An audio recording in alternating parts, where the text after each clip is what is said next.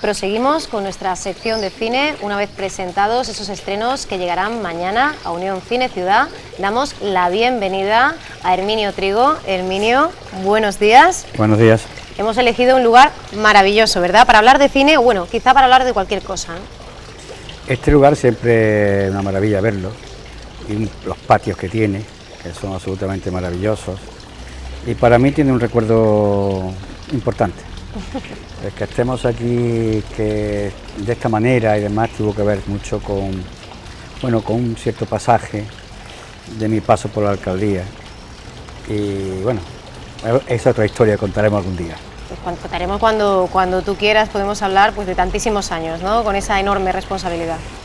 Sí, sobre todo que este palacio hoy tiene esta vertiente pública para disfrute de todos los cordobeses y los que nos visitan, pues de pura casualidad.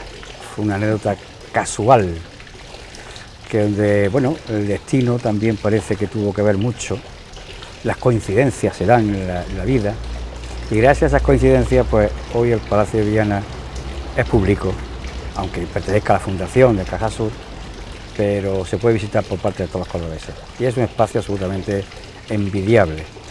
La Fundación Caja Sur, a la cual pues damos las gracias por estar hoy aquí y que iniciaba esa reinterpretación efectivamente de tipo patrimonial ya en la primavera de 2012, y es que, como bien decías, hasta finales del siglo XX habitado y bueno, objeto de reformas, ampliaciones, cambios, para que hoy podamos disfrutar de él pues todos los cordobeses, cordobesas y todos aquellos visitantes que se quieran acercar, que son muchos, por cierto. Cierto, es verdad. Vamos, estamos a principios de julio, ¿verdad? Ya llevamos unos días, pero nos queda todavía mucho mes y hay que apurarlo porque la Filmoteca el mes de agosto cierra sus puertas, se toma pues ese mes también de descanso, y nosotros con ese compromiso, ¿verdad?, que hemos adquirido con esta institución, queremos seguir anunciando y pues dando difusión de todo lo que nos trae el mes de julio en la Filmoteca de Andalucía, que básicamente continúa lo iniciado en el anterior. Sí, continúa el ciclo de Andrei Konchalovsky, que comenzó en el mes de junio.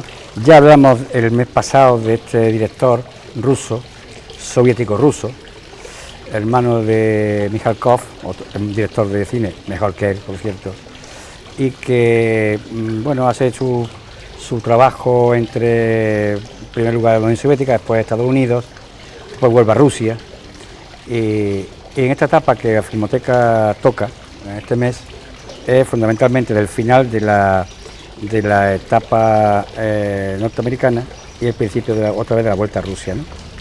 Comienza con el siglo pasado con Siberiade, es una película del año 78, que fue premio especial del jurado en el Festival de Cannes. Siberiade es cuando se hace, naturalmente todavía estaba la Unión Soviética, y bueno, cuenta la historia de una familia pobre y otra rica que coinciden en Siberia, y bueno, allí les coge la revolución del 17, y esta interpretación de la revolución, pues naturalmente muy dispar entre la familia rica, pues denostando esa revolución, y la alegría de los pobres, porque la revolución iba a cambiar su vida, ¿no? Esta película fue la que abrió las puertas de Konchalovsky del mundo occidental. Él estaba muy interesado en hacer cine fuera de la Unión Soviética para romper los corsés que tenía allí, sobre todo a nivel de censura, y entonces pues fue a Estados Unidos, y entonces allí hizo, precisamente la primera película que hizo fue Los Amantes de María, también programada por la Filmoteca, y fue la primera que hizo, Los Amantes de María, que es un drama romántico donde trabaja Nastasia Kinski y Robert Mitchum, la serie de padre del película del año 74 que precisamente se emitía ayer. Aprovechamos, Herminio, para recordar que este ciclo de Andrei Konchalovsky tiene lugar los miércoles y los jueves a las 8:30. Por ejemplo, este jueves no lo tenemos esa comedia clásica americana, pero el jueves siguiente sí vamos a poder disfrutar de él. Creo que El Tren del Infierno es la película que pone. La siguiente sería El Tren del Infierno, efectivamente, el miércoles 17. El Tren del Infierno es una película que cuando la ves no la olvidas. La hizo Konchalovsky sobre una idea de Akira Kurosawa, y la interpretación de John Boyd, el padre de Angelina Jolie, pues es inolvidable. Es un personaje de verdad que se mueve entre la repulsión, entre el asco, el terror. Es un personaje, es un preso que huye de la cárcel junto con otro chaval joven y cogen un tren con mercancías. Y lo que ocurre en el tren, que además el tren viaja por un paisaje absolutamente helado, el tren, los carámbanos de hielo en el tren, y ese personaje terrible, ¿no?, que interpreta John Boyd, es inolvidable, ¿no?, con un final espectacular que tiene la película. Esta película, que es de 85, a mí me causó impacto. Después, cuando ya la vi otra vez, ya fue menos, porque la primera vez que la vi, digo, el impacto del personaje se te queda grabado, ¿no? A continuación, la serie de Konchalovsky va con Vidas distantes, que aquí yo creo que Konchalovsky hace un ejercicio que no, bueno, no sé a qué lo hizo. Un ruso metiéndose en una realidad, en un choque de realidades, mejor dicho, entre una neoyorquina que viaja a Luisiana, la prima suya, y ese viaje, pues, choque de las dos, la neoyorquina, que es una periodista, además, muy importante, que tiene una hija que está, bueno, una hija de esa manera, ¿no?, muy especial, ¿no? Y el choque ese que hay entre la cultura, que a veces, bueno, pues hay momentos incluso de tensión y de terror. Sí, vuelve a Rusia y hace El Círculo del Poder, que es la siguiente porque ha programado la Filmoteca. Sería además el miércoles 24.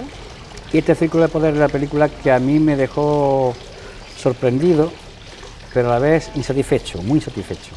Narra la historia del operador cinematográfico de Stalin. Stalin, un gran aficionado al cine, parece que a los dictadores le daban mucho por eso.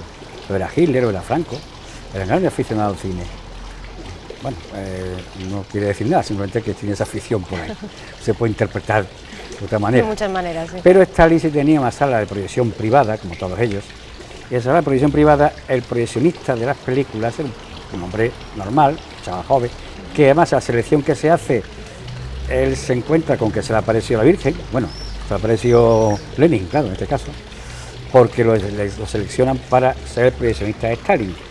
Esa responsabilidad que tiene ese personaje, pues que a través de él vamos conociendo su vida, sus relaciones con la sociedad, cómo vive en una casa compartida, como todas las viviendas que estaban en aquella época allí en la Unión Soviética, ese orgullo de ser proyeccionista, de nada menos que del camarada Joseph Stalin, ¿no? Bueno, pero todo eso al final no queda muy claro, no queda en nada, ¿no? Entonces, una historia que, bueno, una curiosidad, pero no para mucho más allá. Y por último termina con una película nuevamente norteamericana, que es la última que ha hecho, que es Glianet. No la he visto, no sé qué tal será. Y es una película que la hace la última la hace la Unión Soviética, bueno, en Rusia ahora mismo. Y bueno, pues esta película narra la historia de una chica que quiere promocionarse, que va, bueno, pues sale una revista del local donde vive, un pueblito que vive, entonces pues ella quiere aspirar a ser modelo, se va a Moscú, bueno, su vida en Moscú, no la conozco y no sé cómo irá, ¿no? Bueno, en cualquier caso seguimos el curso cronológico, ¿no?, de su trayectoria. Esta película es del año 2007 ya, sí. Y hemos arrancado en este mes con Siberiada del año 78. Efectivamente, he hecho, además la programa de la Filmoteca creo que en ese orden, sí, en orden cronológico de su producción. Entonces yo creo que este ciclo, bueno, destacando un par de películas, las demás pues son películas normales. Ya dije la semana pasada, Konchalovsky no es un director que a mí me apasione, un director que, bueno, entre otras cosas, un director que es capaz de hacer Tango y Cash, ya lo dije el mes pasado, pues bueno, no dice mucho a su favor, ¿no? A cambio tiene algunas cosas que, Giovanni, por ejemplo, bueno, pues no está mal, ¿no? Esta misma que he comentado del Tren del Infierno, pues tiene algunas cosas que son relevantes. Pero no es un director que sea realmente importante y a mí me interesa mucho. Hay otros ciclos que te gustan más, como por ejemplo ese paseo por Cannes, que no comenzaba en junio ni mucho menos, llevamos ya unos cuantos meses, sí, paseando por las grandes películas, los grandes títulos de este festival, y continuamos en julio.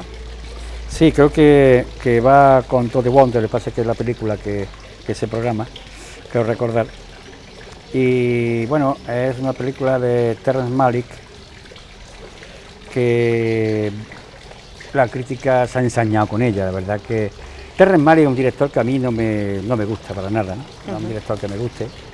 Creo que se pueden decir las cosas que dice él de otra manera, más sencilla, más comunicativa. Creo que Terrence Malick en sus películas, sus personajes se mete en el fondo de los personajes hasta un fondo que ya no nos interesa a nadie y se pierde, esos laberintos del pensamiento y de los comportamientos se pierde y a mí eso no me interesa para nada. Yo, bueno, quizás su título de Malas Tierras sea la película que yo recuerdo con más normalidad, porque incluso La Delgada Línea Roja, que es un estudio sobre la guerra y que se sitúa en una isla del Pacífico en la Segunda Guerra Mundial, la verdad que esa película, en los personajes casi algunos están muy definidos, pero otros los enmascara de tal manera que no hay forma de saber realmente si son personajes atormentados, pero la razón no la encontramos muy clara y muy definida, ¿no? Esta película de Tote Wonder no es una película que sea suya, de las más claras suyas. Por el contrario, la película es bastante confusa y que, bueno, a veces llega hasta ser pedante, ¿no? No me gustó nada, no es una película que me haya gustado nada. To the Wonder habría pues la serie de estrenos que tienen lugar todos los viernes en la Filmoteca de Andalucía. Mañana será el turno de la cubana Juan de los Muertos, una película que en su momento dio mucho que hablar. Bueno, dio mucho que hablar, pero realmente no es una película trascendente. Es una película muy curiosa, porque la verdad que el cine cubano siempre trae, sobre todo cuando es capaz de romper las fronteras y entrar en la distribución occidental con sus películas, son películas que añaden una frescura a la cartelera, porque plantean escenarios, situaciones nuevas, desconocidas para nosotros, muchos de nosotros que no conocemos ese mundo, pero que los transfiere muy bien, ¿no? Entonces, tanto en su textura fílmica como en sus contenidos, son películas que me llaman mucha atención. Esta, por ejemplo, pues es una película muy, bueno, bien, que no es de las mejores que yo propondría del cine cubano, pero está bien, una película que está bien. ¿Algún estreno más que te interese reseñar, bien Tabú o Érase una vez en Anatolia? Son películas que realmente son bastante, están cogidas, digamos, de las zonas marginales, que son curiosas de ver para un cierto espectadores que tengan curiosidad por un tipo de cine que no sea el cine al uso norteamericano o el cine comercial. Son experiencias curiosas de ver, interesantes todas ellas, unas más, otras menos, pero algunas de ellas son experimentados fallidos también. O sea que cuando vas a ver una película te arriesgas en la cartera a ver una película que, bueno, puede ser una maravilla o puede no serlo, ¿no? Por eso hay que invitar a las personas que nos estén viendo a que acudan a la Filmoteca, incluso a ciegas, ¿no? Diciendo, bueno, no sé qué me trae hoy la Filmoteca, pero me puede quizá no gustar, pero en cualquier caso la experiencia merece la pena y me curte además como crítico, ¿no? Y como espectador. La Filmoteca tiene una ventaja y es que proyecta películas de una fama absolutamente consolidada, ¿no?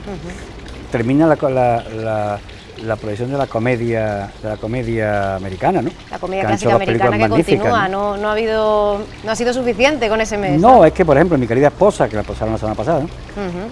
Bueno, pues una comedia de Vicente Minelli absolutamente genial, ¿no? Y es el turno de Historias de Filadelfia, nada Historia menos. de Filadelfia, pues, digamos, hablar de Historia de Filadelfia, Claro. de los Cukor, cuando es una de las películas clásicas y una de las películas que siempre son referentes para hablar de la comedia y del enredo de la comedia, ¿no? Entonces, bueno, las interpretaciones de Cary Grant o Katharine Hepburn, por ejemplo, o James Stewart, ¿no? Bueno, pues han pasado la historia del cine, esta película ha pasado la historia del cine como un clásico. Es decir, la Filmoteca ofrece esta posibilidad, porque yo estoy convencido que ver otra vez la historia de Filadelfia, verla en versión original, como la proyecta la Filmoteca, es un lujo para todos los amantes del cine, y eso se entrevera con el resto de programación que hemos comentado. Es decir, la Filmoteca hace una amplia programación que va a todos los públicos, también a ese público minoritario cinéfilo que va a ver esa pequeña joyita, ¿no? que es la obrita que ha pasado desapercibida, mal distribuida o los espectadores no hemos tenido acceso a verla, ¿no? Yo creo que es una función fundamental que está desempeñando la Filmoteca y lo está llevando magníficamente bien. Pues desde aquí nuestra invitación, ¿verdad?, a que apuremos estos últimos días, estas últimas semanas, que luego el mes de agosto pues se nos hace muy largo sin la Filmoteca, y volveremos además, ¿no?, en septiembre a comentar qué nos trae el nuevo curso fílmico en este caso. Hoy hablamos de un título franco-canadiense, Inch'Allah, ojalá, o si Alá quiere, la película que dirige la cineasta Anaïs Barbeau-Lavalette. Creo que las impresiones son buenas, ¿no? ¿Te ha gustado? Me ha gustado bastante. Esta película la veremos en la Filmoteca seguramente dentro de poco tiempo, claro, porque es película de Filmoteca. La película, pese a que tiene una gran producción, porque los dos productores canadienses que antes han producido pues Incendies, por ejemplo, que es otra obra magnífica. Digamos. Curiosamente el cine canadiense, bueno, franco-canadiense, porque hablamos de Quebec, que son dos cineastas de Quebec, tanto Denis Villeneuve como Anaïs Barbeau-Lavalette son cineastas de Quebec, pues sí, ahora es francófona. Es curioso que han coincidido dos películas en muy poco tiempo referentes a Oriente Medio, ¿no? Una nueva óptica hacia Palestina, sí. Incendies de Villeneuve, que sobre una historia real, ocurrida en la Guerra Civil del Líbano, y esta que nos ocupa de Inch'Allah, que es del conflicto israelí-palestino, ¿no? Yo creo que es importante que primero hablemos de esta directora, que es nueva en el panorama cinematográfico, por lo menos para mí, no ha hecho antes más que documentales. Sorprende esta película la dirección y la producción. No es fácil producir esta película en los paisajes que lo ha hecho, en los campamentos de Ramallah, en Jerusalén y en los campamentos de refugiados de Amán, ¿no?, donde rodó la película. Es decir, que no es fácil la ambientación, conseguir que los habitantes se comporten ante las cámaras como realmente son. La película es de un realismo extraordinario, sorprende, ¿no?, la naturalidad con que se mueven todos los actores, personajes que están allí en la película, y no es fácil tampoco sortear los obstáculos que esta película lleva tanto para el rodaje como para el desenlace del argumento. Javier Ocaña, para El País, perdona Herminio, al hilo de lo que tú decías, hablaba incluso de un diseño de producción portentoso, porque si bien es verdad que la película, la ficción, nos lleva a Ramallah, Jerusalén, a Tel Aviv, se rueda fundamentalmente en Jordania, ¿no? Sí, los campamentos refugiados de Jordania. El diseño de producción, yo me alegro coincidir con Javier Ocaña, porque es verdad, yo he hablado de la producción, que es sorprendente, a mí me ha sorprendido la producción, pero también me ha sorprendido la dirección y el argumento. Hay que tener en cuenta que la película va de una joven médico canadiense, que es tocóloga, que trabaja en una ONG que presta servicios en un hospital improvisado en el campamento de Ramallah, ¿no?, en Palestina. Ella vive en Jerusalén, o sea, tiene que pasar todos los días al checkpoint, el punto de control, tiene que pasar 2 veces todos los días, ¿no? Vive en Jerusalén y tiene de vecina a una soldado israelí que precisamente presta su servicio en el checkpoint. Entonces son muy amigas las dos. Pero también ella es amiga de una embarazada palestina que va a dar a luz, y de la familia también, se hace muy amiga de la familia, de los hermanos, la madre, incluso come con ellos y a veces hasta se queda a dormir en su casa. Entonces, ella ve el conflicto entre Palestina e Israel, lo ve con unos ojos de extranjera, porque claro, esa visión, pero de extranjera, esta visión no la puedes tener de conocimiento profundo de los problemas, entonces tiene desde fuera, pero está en los dos mundos. Sí, esa mirada ajena que por necesidad se vuelve empática rápidamente, conecta con el espectador occidental, ¿no?, contigo, conmigo, con todos los que nos acerquemos a ella, ¿eh? Sí, yo creo que hay una visión de la película, por lo menos los que estamos más o menos interesados en el conflicto palestino, que nos sorprende un poco la ingenuidad del propio personaje. Es decir, el personaje se deambula, va por allí, se mueve con una cierta ingenuidad. Y claro, ella le afecta cuando realmente empieza a producirse tragedias, es cuando a ella le afecta.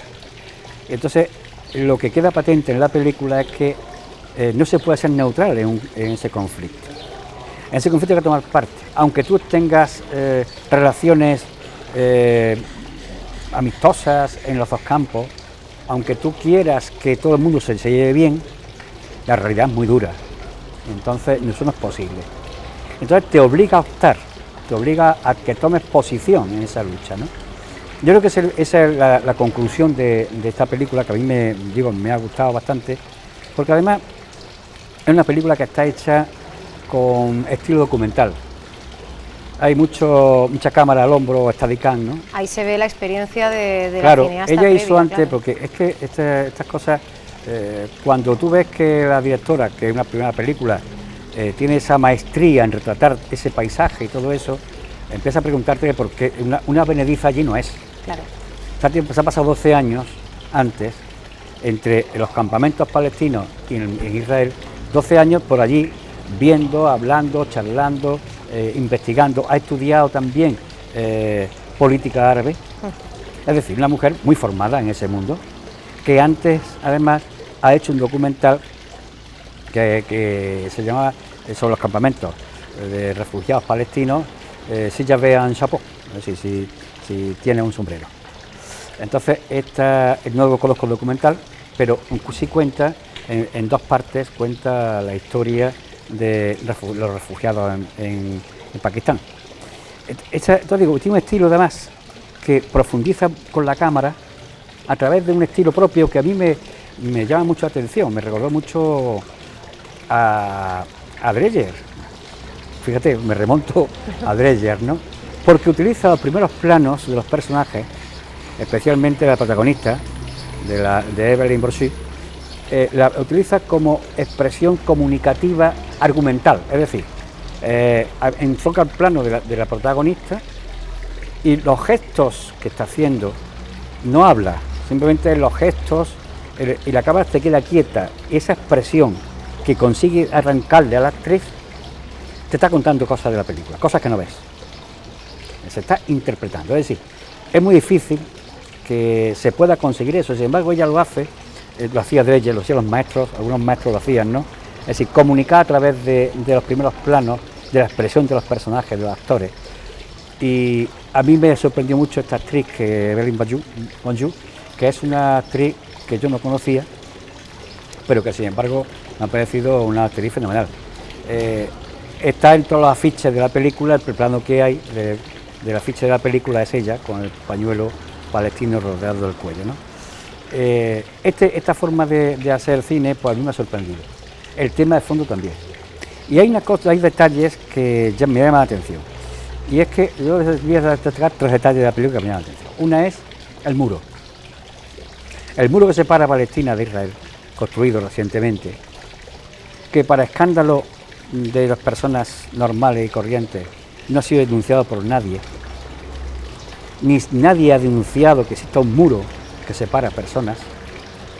Y yo me acordé del muro que construyeron los nazis en Varsovia para encerrar a los judíos dentro, el gueto, el famoso gueto de Varsovia, ¿no?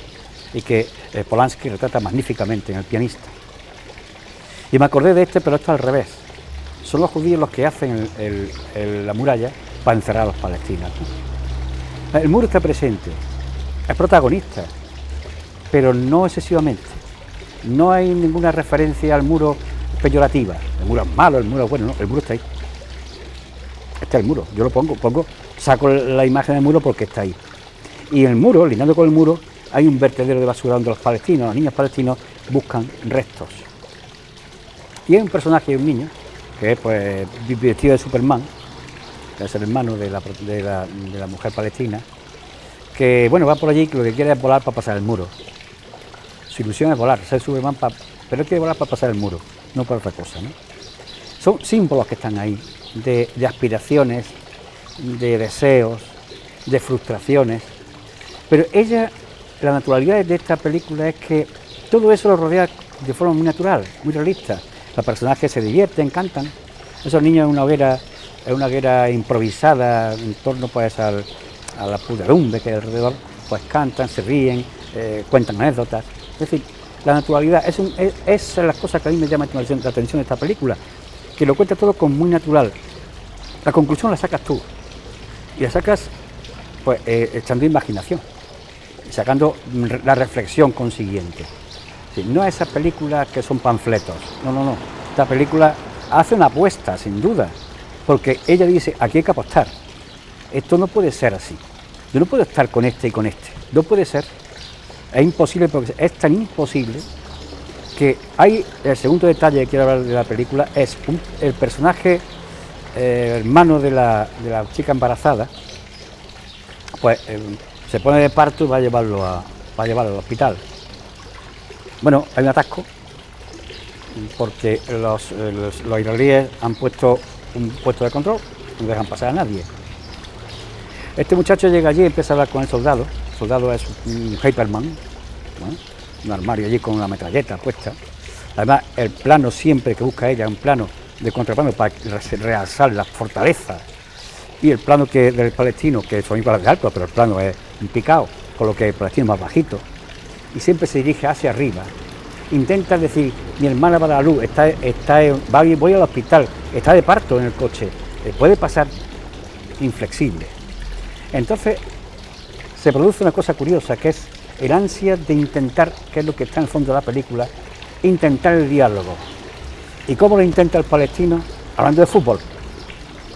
Sí, aparece de hecho por ahí el gran Carles Puyol, creo, ¿no? Sí, porque le pregunta al soldado palestino, ¿te gusta el fútbol?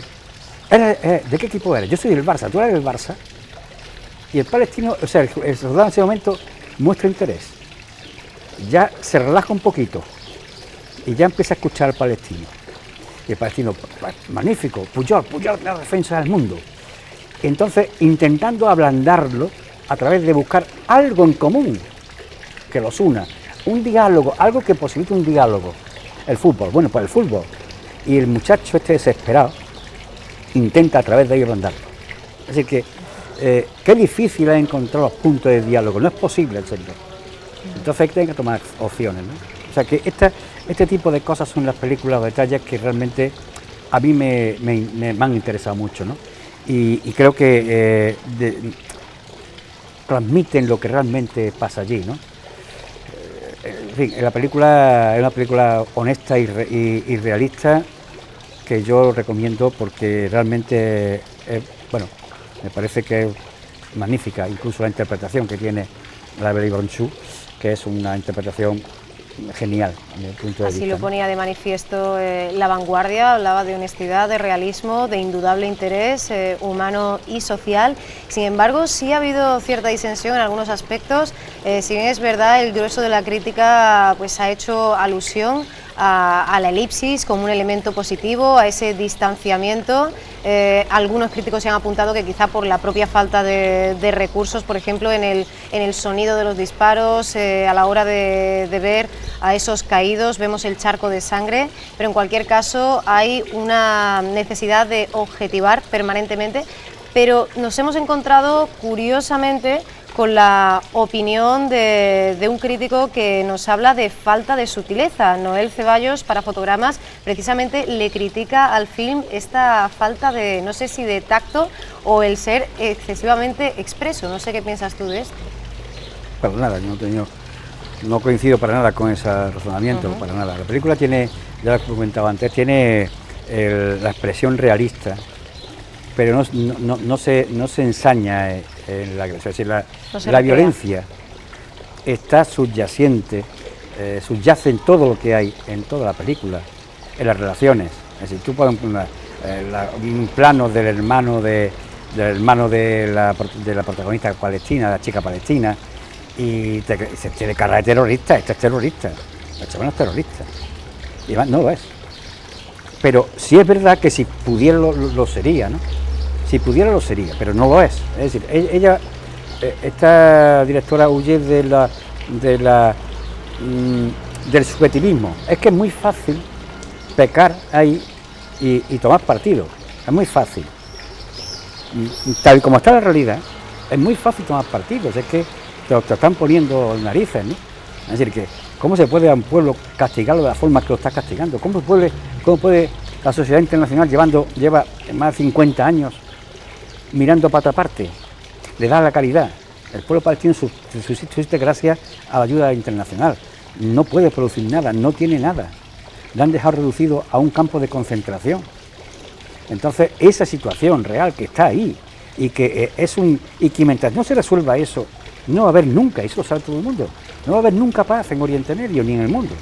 Porque es que ese es el cáncer que no se quiere resolver. Es una realidad. Ahora, tú puedes reflejar esa realidad desde el punto de vista panfletario, tomando opciones del principio por los mártires de palestinos o los caídos israelíes. Tú puedes tomar opción por una o por otra. Además, curiosamente, cuando tú tomas este tipo de opciones, esto los israelíes lo toman como un insulto. Parece que si no se les apoya a ellos, se está con Hitler. Realmente que es un puro disparate. Ustedes lo están haciendo mal. Lo hicieron mal con ustedes. Muy mal. Lo peor de la historia ustedes lo han sufrido. Pero ustedes ahora lo están haciendo mal. Enemigo, claro. Ustedes ahora lo están haciendo mal con los palestinos. Están haciendo con los palestinos lo mismo que hicieron con ustedes. Y ambas cosas son condenables. Las dos posturas son condenables. Entonces, cuando tú te metes en este mundo, sin duda tomas opción. Claro que la tomas. Claro que la tomas. Cuando tú ves a un niño que se tira para un coche y lo mata, un jeep al corazón, va y lo arrolla el niño, ¿no?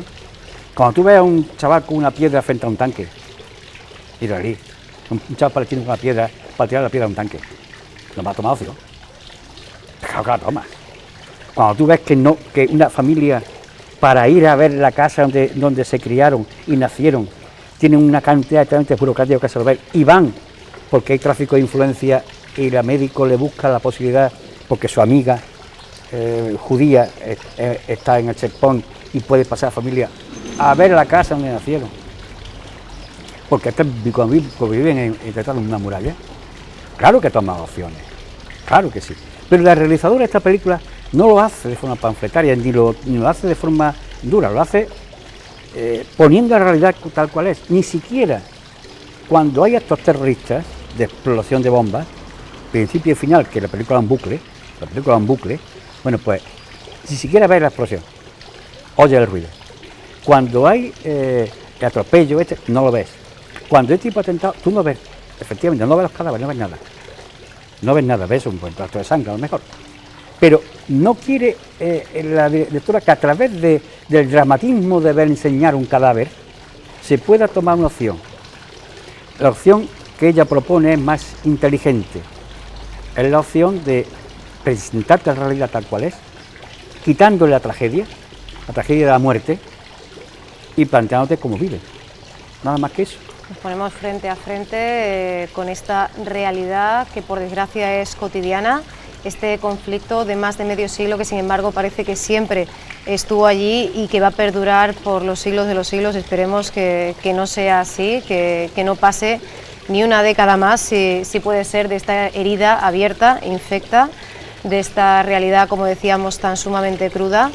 Recomendamos entonces Herminio Inchalá, ¿verdad? Sí, que se den prisa porque ha tardado en estrenarse, está en una sala solamente y bueno, por ahora tiene 3 sesiones, esperemos que dure. Esperemos que dure y que bueno, nos podamos poner en ese espejo, ¿verdad? No solo intentar comprender las motivaciones de lo que puede llevar hasta incluso al terrorista suicida, sino también nuestros propios prejuicios, malintencionados o no, que tenemos en Occidente. Así que, Inchalá, una propuesta magnífica que nos trae Herminio Trigo en este jueves. Herminio, muchísimas gracias por habernos vuelto a acompañar. Gracias a vosotros por invitarme.